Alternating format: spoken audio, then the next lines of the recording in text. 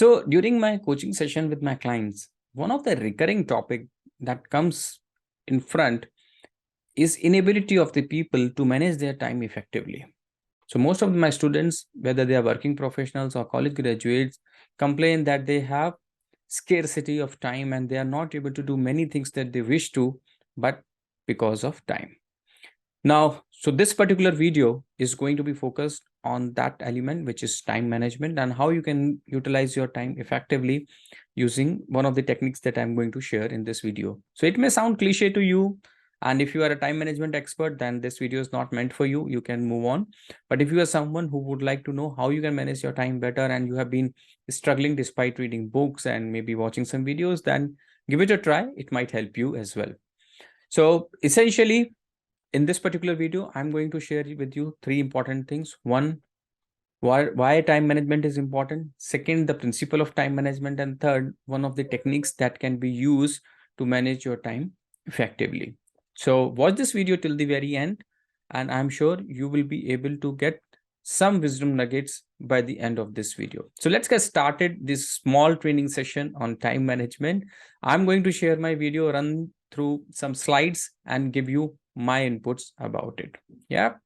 So as shared, this is the topic for today, which is time management. Now, let's understand why do we need to manage time. So there is a quote by William Penn which states that time is what we want most, but what we use worst.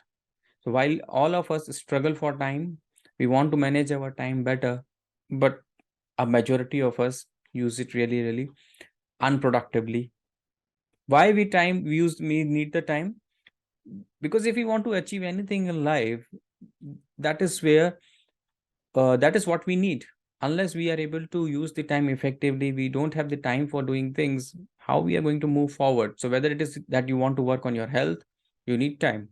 If you want to make more money, if you need to work more, you need time. If you want a better relationship with people, you need to invest your time in there. So everywhere, time is the root that you need to work upon to get better fruits in your life. That's why time management is important. Now, when it comes to time management, how to manage it? And that is what we are going to discuss today. So let's look at the principle of time management. The principle of time management states that 80% of results that we get in our life are an outcome of the 20% of the efforts that we invest in. Which simply says that if you are doing 10 things in a day, the results which are 80% of your results you are getting maybe coming from only 2 activities that you are doing. So the principle seems to very simple to understand, and it's an extension of the Pareto's 80-20 principle, which also states that 80% of the things that we do give us 20% of the results and vice versa. Now, having known this thing, what's critical to identify? What are those 2 things that you should be doing and how you can do more of these things so that you can get better results. So 3 essential elements that are required for time management are planning, organizing, and prioritizing. So essentially, you need to plan your day. Once you have planned what is it that you are going to be doing, then you need to organize the things in an order and then put them into priority. Yeah, this is how you can manage time. Now let's move forward and see how you can really manage the time in a better, having known this particular principle. So there are 3 important facts about time management. The fact number 1 is we cannot manage time. The reason? Because time is constant. Each one of us in this world has got 24 hours only. So if something is constant, how you can manage it? You can only manage something which is flexible and which is variable in nature. Time is constant, so it cannot be managed. So let's keep this thing into mind as we move forward. Fact number 2 is we can only manage priorities. So as we discussed in the 80-20 principle also, time management requires you to manage your priorities. So that's the fact number 2. So essentially, if we are able to manage our priorities, which are flexible in nature, in the defined time frame, that is something which can help us in managing our time better. So if you ask me, time management is essentially priority management. So someone who is able to identify the right priorities and put them into a sequence in a right manner, that person is able to manage the time much more effectively, right? So this is the key fact about time management. Now let's move forward. Having known this, time management is priority management, how to really prioritize it. Now let's look at it, how we can prioritize effectively. Now, before we do that, let me share a small story with you. Now, this story goes something like, so I'm sure you would have heard about Mr. Benjamin Franklin. For those of you who don't know, Mr. Benjamin Franklin is known as the founding father of the United States. He played a critical role in the independence of United States of America, which was also a British colony similar to our country. Now, during his tenure as one of the presidents in 1700s, he came across a peculiar problem. So country was newly independent. There was a lot of work to be done, and he was working day in, day out. He used to be very, very busy. But somewhere, the citizens of the country were not really happy. He used to get a lot of complaints that things are not really happening the way they should be, and people were not happy. Now, he was a wise man. So after listening to these complaints regularly, what he did, he started to observe his day for 7 days. During those 7 days, he started to write down what all things he was doing. And once he did those things for 7 days, he analyzed that most of the activities that he was doing during the course of the day could be classified only as firefighting or troubleshooting. That means he was just solving the problems. He was working on the things that were pressing priorities for him. Now, what was happening in this way, that he was not able to work on things for future, something that can help in the future development of the country, or maybe contribute towards the present development, because he was just fighting the problems. Now, he was a wise man, so he devised a method and he was able to overcome these challenges and plan his day much better, and started executing as well. Now, the method that I'm going to share with you, which is the tactics part of today's training that I had shared with you, is the same method that has evolved over centuries now. It has been figured in numerous self-help books. So the chances are you may have already seen it somewhere. But still, I would like you to go through it, because I have given it my perspective in terms of how you can use it in your workplace to organize things better. So let me share my screen once again and then take you through it. So the method is known as priority matrix. So that's the name of the method. And what we do in this particular matrix is we plot two elements of time, which are urgency and importance. So on x-axis, you can see we have importance, and on y-axis, it's urgency. On x-axis, the movement is from left to right. So as you move from low to high, you move from left to right. And same in case of urgency, on y-axis, it's from bottom to top. Also, we have the 4 quadrants plotted out here. So what we are going to do, we will see how you can really align your priorities or task during the course of a day that can give you a better results. So let's look at it. So in the quadrant number 1, which is high urgency and high importance, it would comprise of those activities that should come at the top of your priority as you start your day. So what could be the typical problems as you start your day in your office? This could be crisis. It could be a customer escalation that needs to be addressed on priority. It could be some pressing problems, some maybe technical difficulties, maybe server issues that are there. And if you are someone who's responsible for these things, these are becomes the pressing problem that need to be addressed on priority.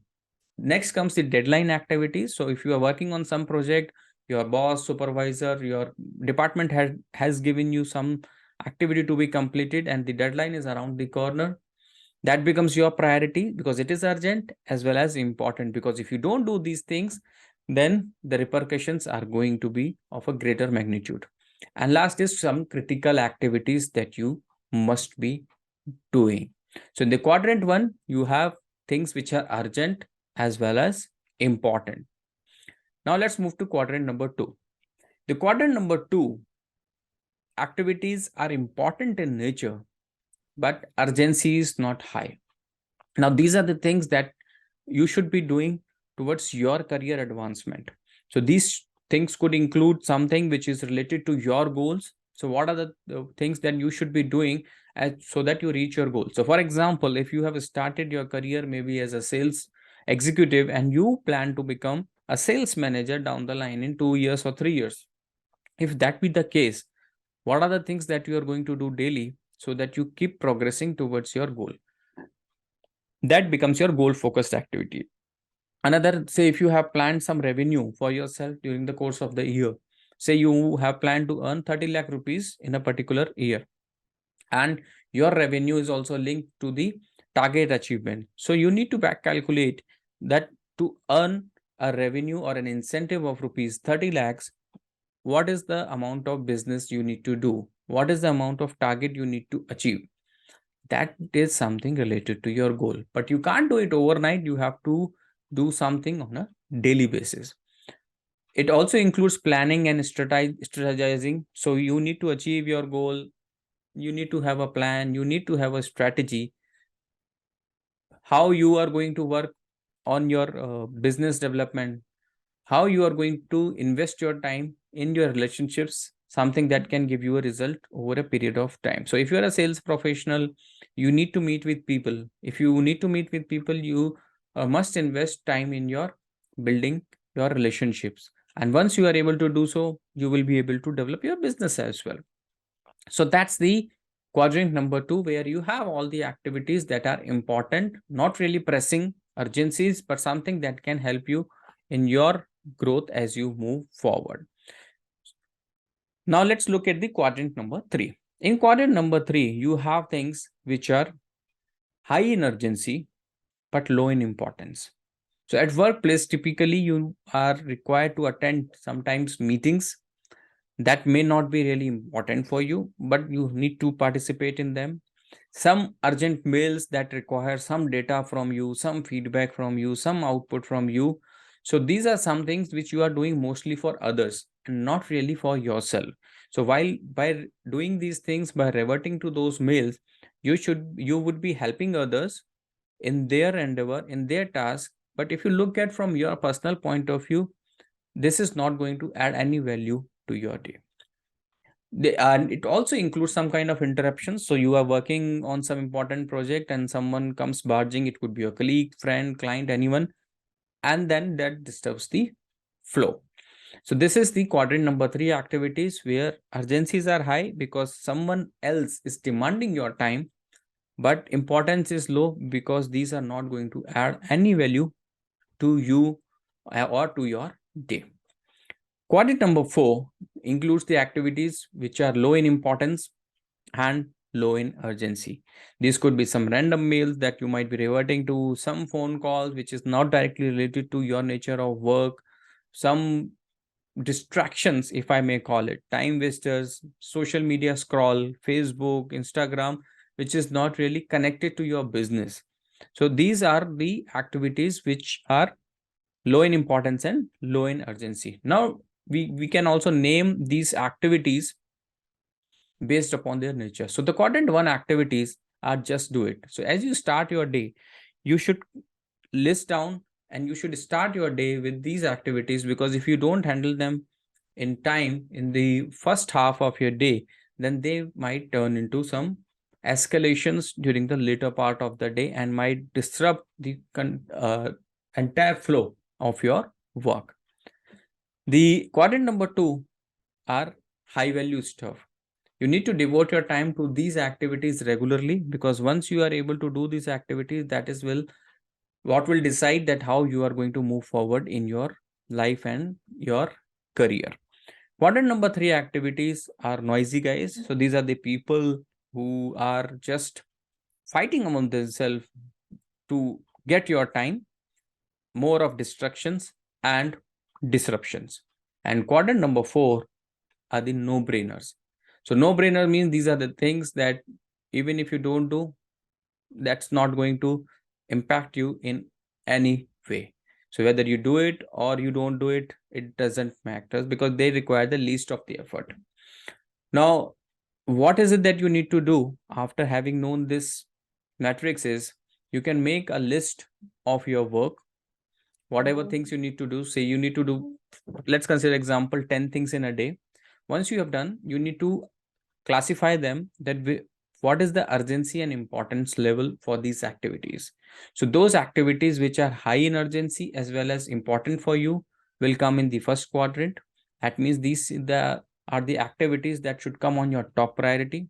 Next should come the high value stuff that is not urgent but important, and likewise you have quadrant 3, which are activities high in urgency but not really important, and you can arrange your activities in this order.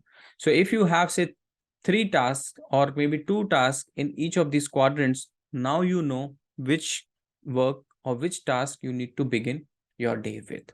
So that will give you a lot of simplification and will also allow you to work on your high priority things. Now, what's essential to understand over here, while you might be initially starting your day with quadrant number 1, because this is the high urgency and high important things, you need to spend more of your time in the quadrant 2, because once you are able to do more of your high value stuff, that will help in reducing the number of activities in the quadrant number 1. That means it will help in reducing the urgencies, and a less number of urgencies will allow you to focus more towards your development, towards your future in a structured way rather than working haphazardly.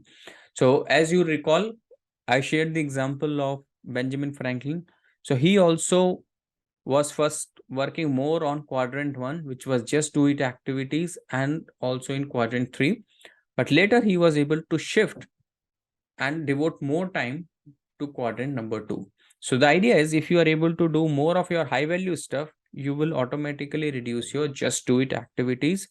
And of course, to keep away from noisy guys, you need to be more focused, and no brainers is something that you can delegate if you can, or maybe don't do, doesn't work. So this is how you can utilize your time effectively. So this is my way of managing time. It has worked best for me. It is helping me organize my day when I have a number of priorities to work upon.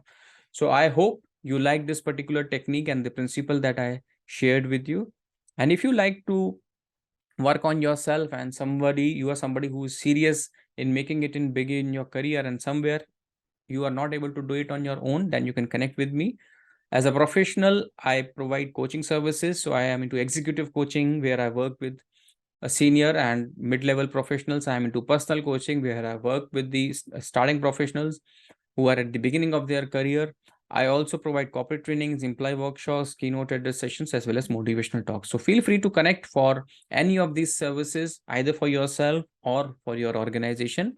And I would be more than willing to work with you. So you can see my mail ID on your screen as well as my website address. So you can go check it out over there. And thank you very much for your time. It was pleasure connecting with you, and I hope you liked this small training on managing time. Stay connected for more such life and career hacks, as I will be sharing the videos quite frequently. And before moving out, don't forget to subscribe the channel, like it, and also share your comments if you haven't done so. Thanks, take care, God bless, and bye-bye.